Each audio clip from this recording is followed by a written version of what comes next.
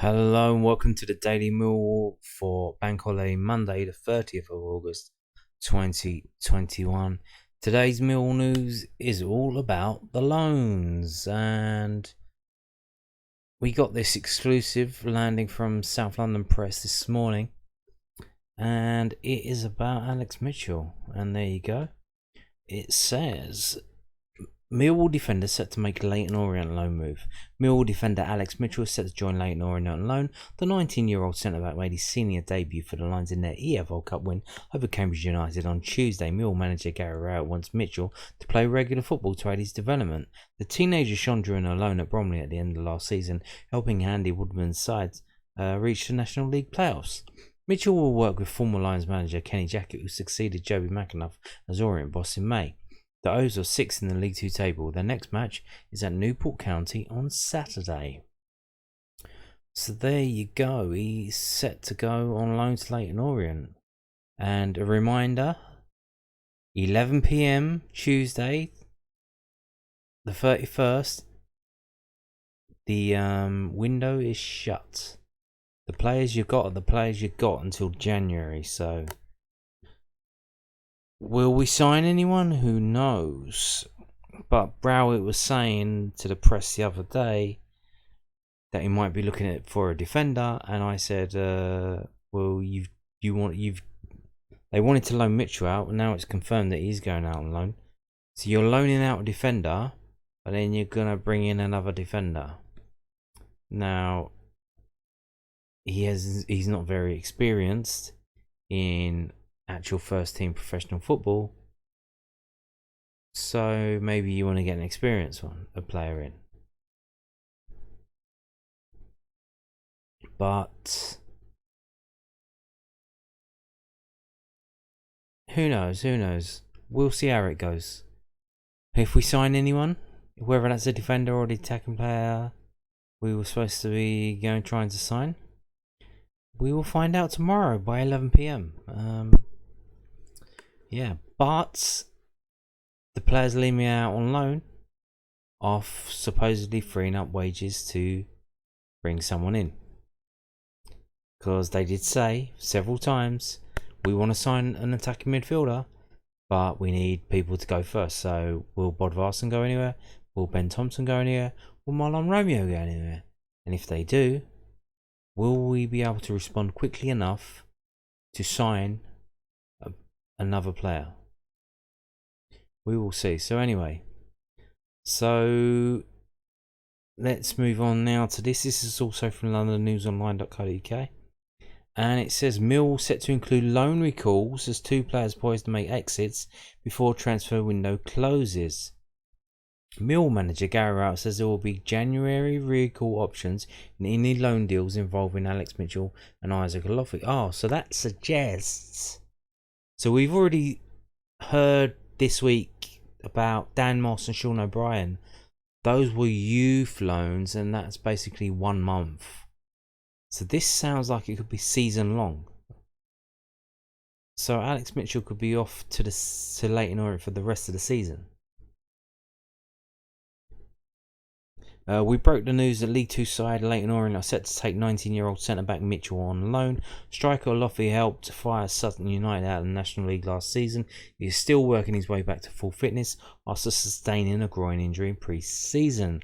Rowett said, "I would absolutely love to keep Alex around, and it is something I've considered really strongly. But I also think he's at the point where he has done so well, even coming on against Cambridge. He was so enthusiastic that he looks like he is ready to go again. He probably now needs a chance to go and play 20 games. All loans will have a January callback.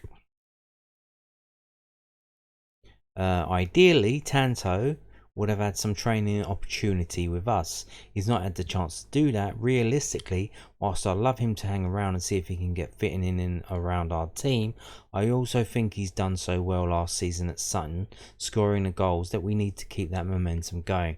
The safest bet, I think that's supposed to say bet, the safest bet for his development is to go out and play some games. It's probably likely he'll go out on loan. We've had quite a few clubs ranging from League 1 to League 2 that would want him, which is testament to how well he did last year in the National League. We're looking at style of playing, opportunities to play. We want the best possible place to go. It's not just about him going on loan. It's trying to get the best fit for him and to take him to the next step closer to our first team. Yeah, that is true, because he did have a loan on to go to St Johnstone, and that didn't really work out for him as well as it worked out for McNamara, and he came back early from that loan, and then he went on to Sutton United, and well, the rest is history. He did really well. So it does seem that you need the right loan at the right time. You can't just send them out willy-nilly wherever you go.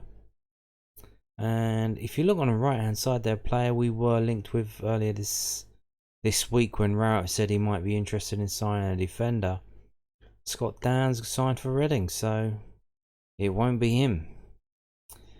Moving on now to the players who are already on loan and they're already playing. So this is Loanwatch, a weekly series from news@den.co.uk. And they say 3 goals in 3 games as a Hartlepool attacker continues lightning start. Tyler Burry scored for the 3rd consecutive game to help Hartlepool United to a 2-1 win at home to Carlisle United on Saturday. Burry fired a brilliant shot into the top corner from the edge of the box in the 13th minute before Zach Clough levelled 7 minutes before half-time. But the hosts made it 3 wins from 3 home games since their promotion from the National League when Gavin Houlihan scored the winner in the 69th minute. Hartlepool are 5th in League 2 and have now lost just once in their last 19 games at Victoria Park. Wow, wouldn't that be amazing? You remember when the Den used to be like that? When we never lost at home? In National League, forward Sean O'Brien made his debut in senior football when he came on as a substitute in the 73rd minute of Bromley's 4-2 defeat away to Dagenham and Bredbridge. Former Lions defender Byron Webster opened the scoring for Bromley in their first game of the season before the hosts stormed back. Another young Lion who made a National League loan switch last week, defender Dan Moss, was on the bench for Yeovil in their 2-1 home defeat to Kinsling Town in the Scottish Premiership. Aidan Muller played the full game as the right-sided defender in a back three as St Johnstone drew 0-0 away at St Mirren. The Saints are 8th in the table after 4 games. So a lot to unpack there, and it's going to get a bit more complicated. So we've got, what have we got? We've got 4 players out on loan at the minute, and we've got another 2 set to go, so it's going to be 6.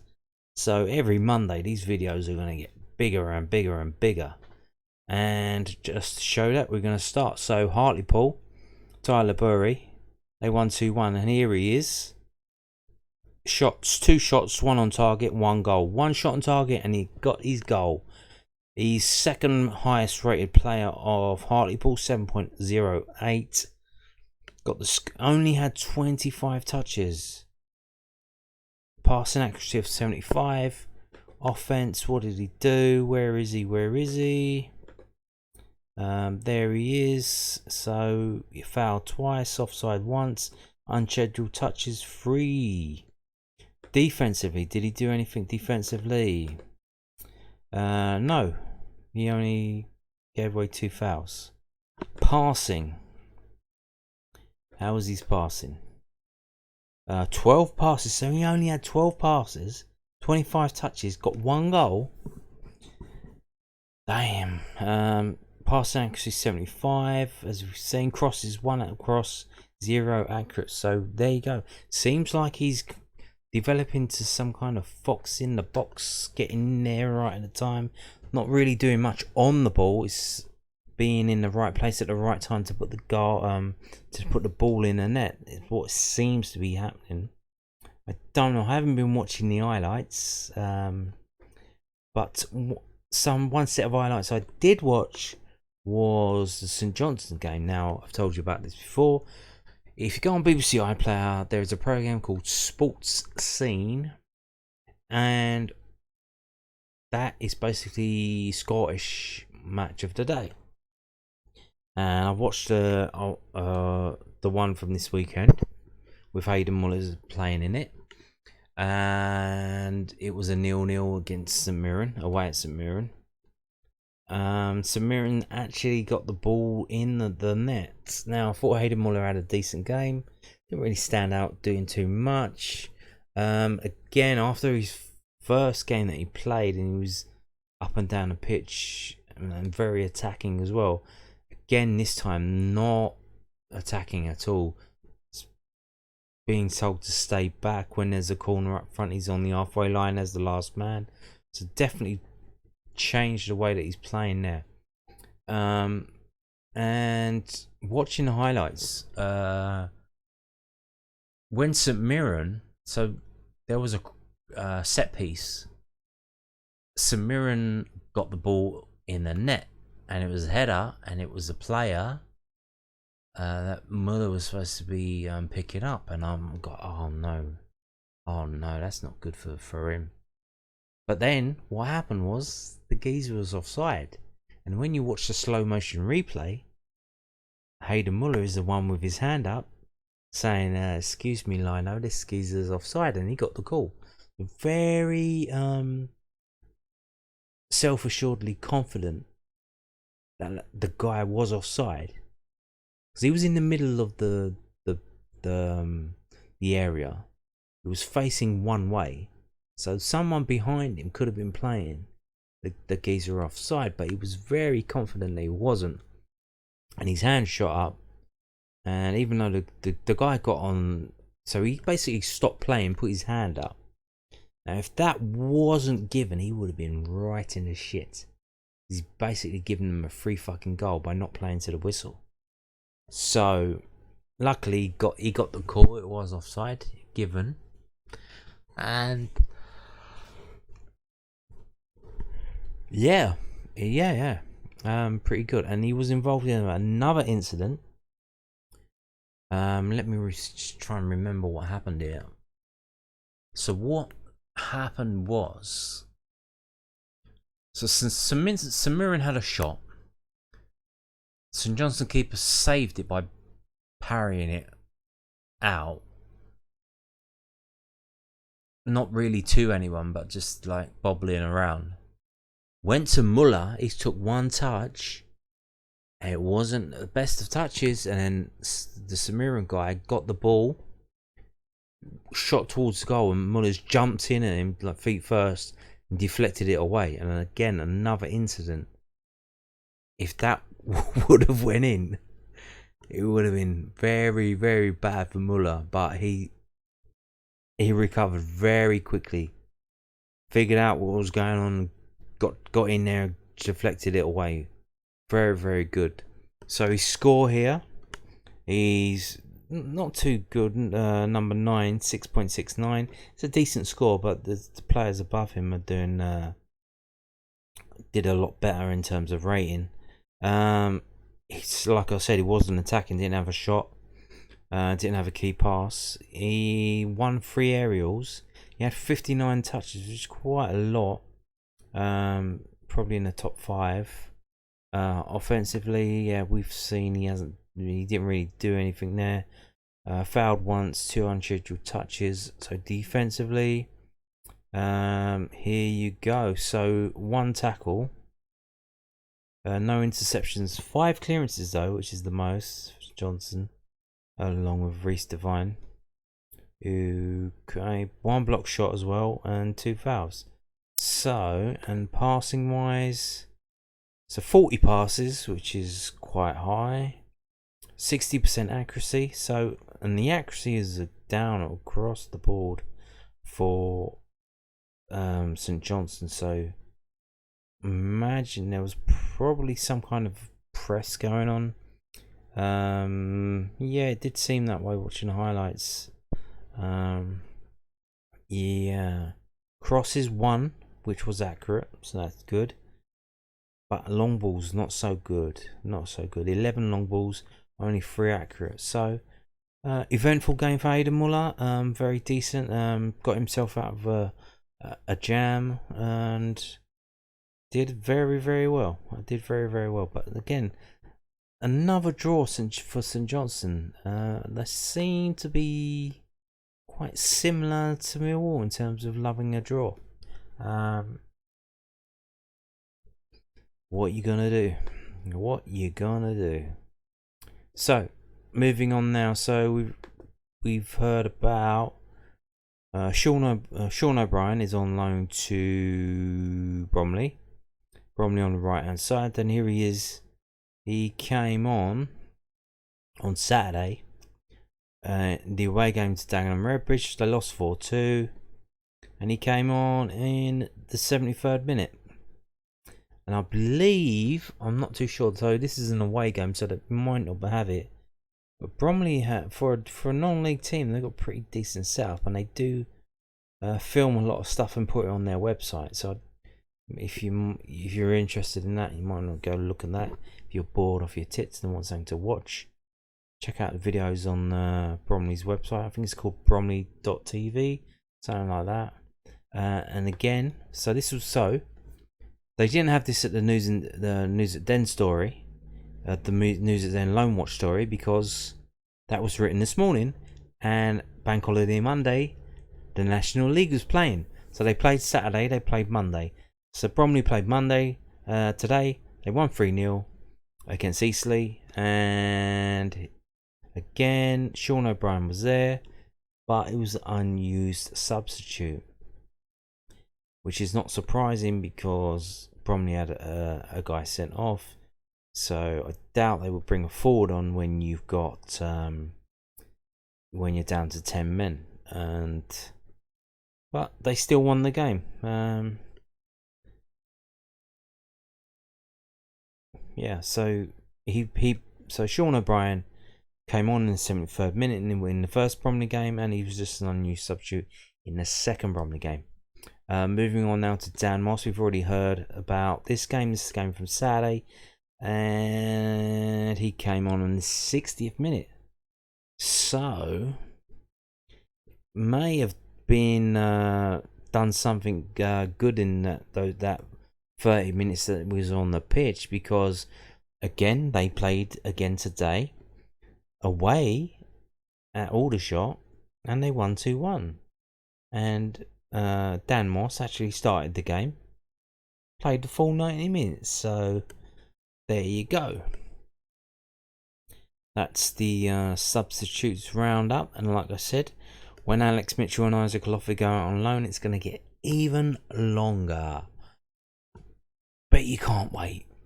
So now moving on to the last, not least, this is the last piece for today's video. So this is from news@den.co.uk. It says Millwall boss on whether break comes too early after consecutive wins for the first time since April. And just a reminder, there is no game Millwall game next week because it is the international break. Now, what are you going to do in the international break? Are you going to go on holiday? Oh, you can't because of all that COVID nonsense. So what are you going to do?